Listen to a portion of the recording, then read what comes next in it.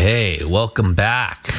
So social media, my favorite topic here, is arguably promotes a type of psychopathy that hurts civil discussion. So the question is, what does it take to provide a solution? And we're seeing a spate of regulations, but I think that there's a seemingly simple but sadly missing element that we need to meaningful discourse, and this can bring truth, understanding, and civility back to society. So to find out my thoughts on this, stay tuned.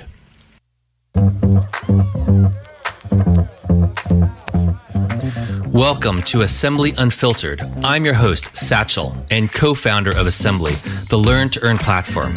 Assembly Unfiltered is a podcast about democracy, privacy, blockchain, politics, leadership, company culture, crypto, security, and startups. It's meant for anyone who believes that all of us are living in challenging, turbulent, and even exciting times. We're living in a moment ripe for dramatic change. We envision this as a podcast for our tribe, people who share an interest in how all these threads weave together for better communities. This is meant for our learners, voters, advertisers, civic organizations, tech geeks, developers, and employees. I hope you enjoy this episode of Assembly Unfiltered.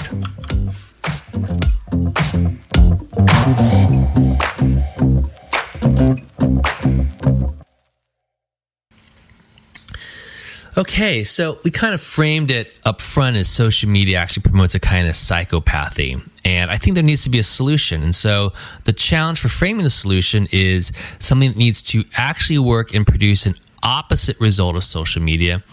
But at the same time, it needs to have some elements that are addictive and gamified to have the broad reach, which is what social media has done. So it needs to be different to have opposite results without foregoing some of the positive elements, which really was about its reach and engagement without falling down the negative side. So in order to do this, I wanted to kind of restate some of the core problems. Now, in other episodes, I've looked at the privacy, the issues of micro-targeting, the scope of misinformation, mispricing of ad space.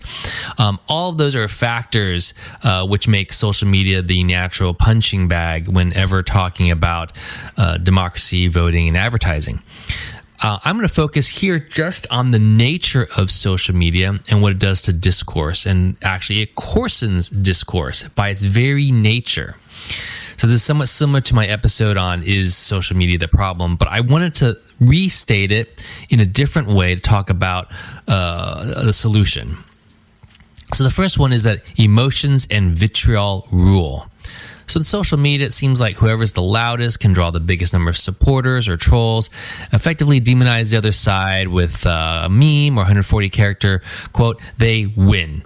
And that's the end of the conversation. That already should set off as it's a very bad framework. Why would there ever be a scenario where the person who's most upset, the loudest, the crudest, and the most aggressive ever be the right decision? And the converse is also true. What situations would be those that have more nuanced reasoning, a more quiet presence, that doesn't have as many supporters, be in fact ignored? So we can already see from the get-go, the very playing field of social media is already a failure to produce good decisions. The second one is they have to be algorithmically driven echo chambers. So set aside the unproductive trolling. It needs to push emotional, controversial, extremist content to move the needle to encourage engagement, which is time on site or active users. And so that results in a self-reinforcing narrative that draws content consumers down a given rabbit hole. But reinforcing just one side clearly has to be worse for decision making. So a better approach is, what is it that promotes antagonistic viewpoints in a way that fosters dialectic, which is a strange word, sounds very university, but it's basically a distillation of both sides to reach a more reasoned conclusion. In other words, a dialectic, as far as I can say, is a fancy way of saying that someone engages in a reasoned pro and con discussion. And it just doesn't happen on social media. There's too much free for all. Within 140 characters, and an overabundance of people who all think that their opinions are equally weighted, you get a lot of thought spam, opinions, insults, trolling, irrelevant commentary. And so I don't think an effective dialectic can work with 140 characters.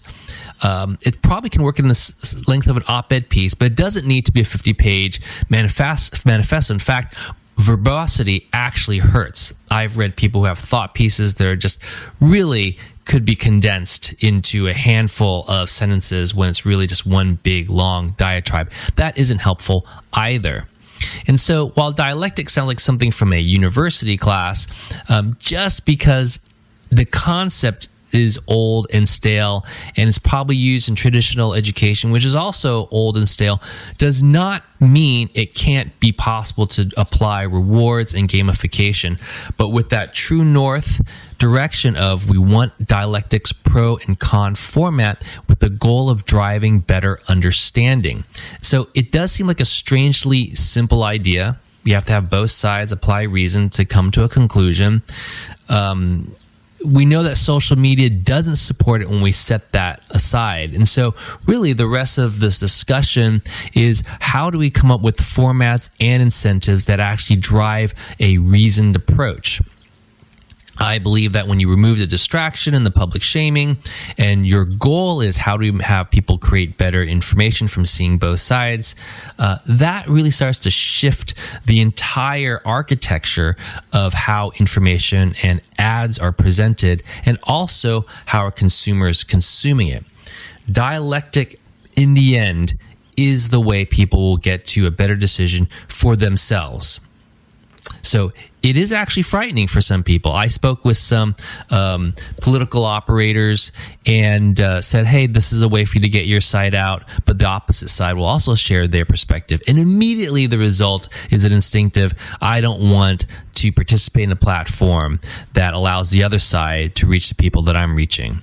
And I would push on that. I said, well, but all the people that you have are already in favor of your perspective. So what's the actual downside of them listening to the other side? You yourself at the beginning of our conversation had said, well, yeah, these people are all totally in favor of, fill in the blank issue. Why do you care about them seeing the other side? Isn't that actually in the end better? Shouldn't your arguments be able to anticipate and disprove any other side? And so the more you educate people and they're aware of the other side and they see both sides, they're more likely to evangelize on your behalf. Conversely, isn't being in the marketplace where your ideas are in the open such that the opponents can reach the same people that you're targeting with the opposing side? Doesn't the same thing work for you? Don't you want the platforms to be open so that you can reach those who aren't convinced of your side so that you can more readily persuade them? That feels like a better win-win for all, but you can already see that most of those who are staunch believers are cautious and averse to having different ideas exposed to them. And I think that actually is the underlying thing. Somebody who actually has a very strong position that they've reached through reason is less likely to be emotional. I heard this, and I'm probably going to butcher the quote, but they said when you're engaging an argument, when somebody gets emotional, it's because they don't have a good reason for their position to begin with. However, the person that is very calm and gentle and reasoned reach their conclusion with an abundance of thought and clarity and feel that they're standing on solid ground, not on sinking sand. They really have thought through it. And so I think that actually reveals quite a bit. The stronger your opinion is that you've had yourself, that you've reached through reason and an antagonistic approach, you're more likely to be confident and open to sharing and open to hearing opposing views. It is those that actually haven't reached it and are relying on their emotions only to reach a given point of view that are going to only react emotionally when they hear something that's counterpoint, or when they're asked to justify their perspective, they get into an argument, accusatory approach because they never had a solid position to begin with. So I think when we pull back and say, look, whoever you are, whatever side you are, the platform's intended to be neutral. I want to be neutral on any given issue. other than let's restore truth, understanding, and civility. And the best way is for people to believe in the truth available in a dialectic. Now, if you look at your own issue